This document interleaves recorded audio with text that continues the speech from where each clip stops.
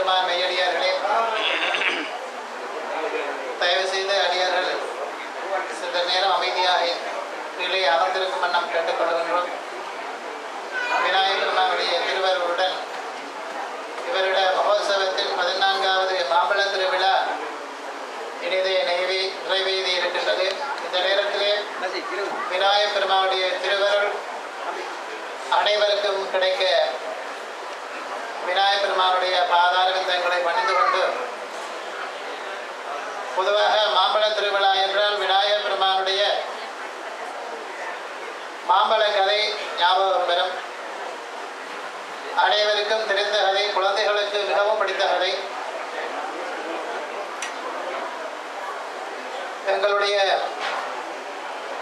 வீட்டிற்கு ஒரு குருஜி வருகிறார் என்றால் வந்து எங்கள் அனைவரையும் ஆசீர்வாதம் செய்துவிட்டு ஒரு கனியை தந்து, இதை ஒருவர் சாப்பிட்டால் நீண்ட ஆயுள் பெறலாம், தேக ஆரோக்கியமாக நூலோடி வாழலாம் என்று ஒரு மாம்பழத்தை கொடுத்து விட்டு சென்று விட்டார் என்று சொன்னால் வீட்டில் இருக்கின்ற 4 பேரும் 4 திக்குக்கு சென்று விடுவார்கள். அப்படி அல்லாமல் கைலாயத்திலே மாங்கனியை கொண்டு வந்து கொடுக்கின்ற நாரதர், பெற்றுக்கொள்ளுகின்ற சிவபெருமான், அதற்கு வைக்கப்பட்ட பரீட்சை உலகத்தை 3 தடவை சுற்றி வர வேண்டும் என்று வைக்கப்பட்ட பரீட்சை.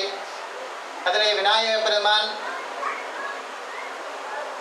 சிவன் பார்வதியை வடம் வந்து அந்த மாம்பழத்தை பெற்றுக்கொண்டார் என்று அந்த புராண கதை கூறுகின்றது. இதிலே அதாவது ஞானத்துடன் இருந்தால், அறிவு அல்ல, அறிவை மிஞ்சிய ஞானம், ஞானத்துடன் இருந்தால் இறைவனுடைய திருவடி நிழலை மிக இலகுவாக பெற்றுக்கொள்ளலாம். வடிவாக சிந்தித்து பாருங்கள். நாங்கள் கும்பிடுகின்ற வணங்குகின்ற சிவன் பார்வதி, விநாயகர் பெருமான், முருகப்பெருமான், தம்பியாருக்கு மாம்பழத்தை கொடுக்க வேண்டும் என்கின்ற எண்ணம் ஒரு தமையனுக்கு விட்டு கொடுக்கிற எண்ணம் வராதா?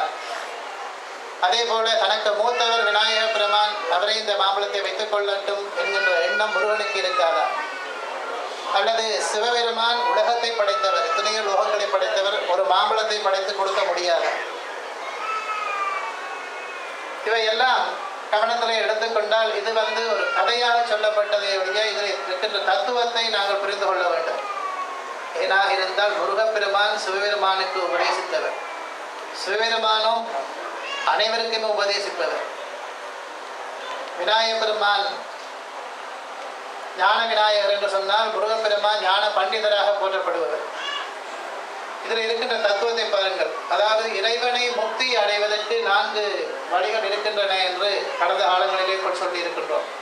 சரியை, கிரியை, யோகம், ஞானம். இதிலே 4வதாக கூறப்பட்டிருக்கின்ற அதியுச்ச நிலை ஞானம். அந்த ஞானத்தை ஒருவன் பெற்ற ஞான சம்பந்தர் சிறு வயதிலேயே முக்தி பெற்றார். ஞான சம்பந்தர் ஞானம் பெற்றபடியால் சிறு வயதிலேயே முக்தி அடைந்தவர். அதே போல ஞானம் என்கின்றது ஒன்று இருந்தால் இறைவனை உடனடியாக அடையலாம். அதனாலே சாயுச்சிய பதவி, சாலோக சாரூப சாமீப சாயுச்சியம், ஞானம் உள்ளவர்கள் சாயுச்சிய பதவி, உடனடியாக அவர்களுக்கு இறைவனுடைய முக்தி கிடைக்கும். அதனாலே விநாயகர் பெருமான் ஞானம் உள்ளவருக்கு உடனடியாக அந்த ஞான பலம் கிடைத்தது. அடுத்ததாக கீழ்த்தங்கிய சரியை கொண்டு உடலினாலே செய்வது, அந்த உடலினாலே செயலாற்றுவது என்பது 2ஐயும் முருகப்பெருமானுக்கு கொடுக்கப்பட்டவில்லை. இதை நேரடியாக சொன்னால் புரியாது என்பதற்காக விநாயகர் பெருமான், சிவபெருமான், பார்வதி, முருகப்பெருமான் சம்பந்தப்பட்ட புராண கதையாக இதை சொல்லப்பட்டிருக்கின்றது. இதில் இருக்கிற தத்துவத்தை விளங்கிக் கொள்ள வேண்டும். முருகப்பெருமான் ஞான பண்டிதன் என்று ஏற்கனவே கூறியிருந்தேன். அவர் சரியை, அதாவது உடலுடன் கிரியை, செயல், உலகத்தை சுற்றி வருகின்ற செயல், கிரியை, அது 2லும் இறைவனை முக்தி அடைவதற்கு நாள் எடுக்கும், நேரம் எடுக்கும் என்பதற்காக அதற்கு பிறகு அவர் கௌபீனத்தை தெரிந்து கொண்டு யோகத்தை கற்று அதன் பிறகு முக்தி அடைந்தார் என்பதை காட்டுவதற்காக சரியை, கிரியை, யோகம் ஞானத்தை விநாயகர் ஞானத்தினாலே உடனடியாக அடைந்து கொண்டார். உலகத்தை மூன்று தரம் சுற்றி வந்ததினாலே செயல் சரியை கிரியை யோகம் என்கின்ற இரண்டையும் முதல் செய்து யோகத்தை கௌவீனந்தரித்து பழனியிலே இருந்து தயம் இயற்றியபடியால் அவர்கள் இந்த முக்தி வழிகளை நிறுவனங்களுக்கு காட்டுகின்றார். இந்த மாம்பழ திருவிழா நடந்து கொண்டிருந்த பொழுது ஔவையாராக வந்த சிறுதை குருக்களையாட மகள் மிகுந்த பவ்யத்துடன், அதாவது எப்படி ஔவையாருடைய முகபாவம் இருக்குமோ அப்படியான ஒரு முகபாவத்துடன் இளம் கிழவியாக மிகச் சிறப்பாக அதை செய்திருந்தார். அந்த குழந்தைக்காக நீங்கள் அனைவரும் ஒரு தடவை கைதட்ட வேண்டும். மாம்பழ திருவிழா நடைபெறுகின்ற பொழுது இரண்டு விஷயம் சொன்னார்கள். ஒன்று, முருகப்பெருமானை சுற்றி கொண்டு வருகின்ற பொழுது இடம் காணாதபடியால் வெளியிலே கொண்டே வெளியிலே சுற்றி வர செய்து அதன் பிறகு இந்த திருவிழாவை செய்யலாம் என்று ஒருவர் சொன்னார்.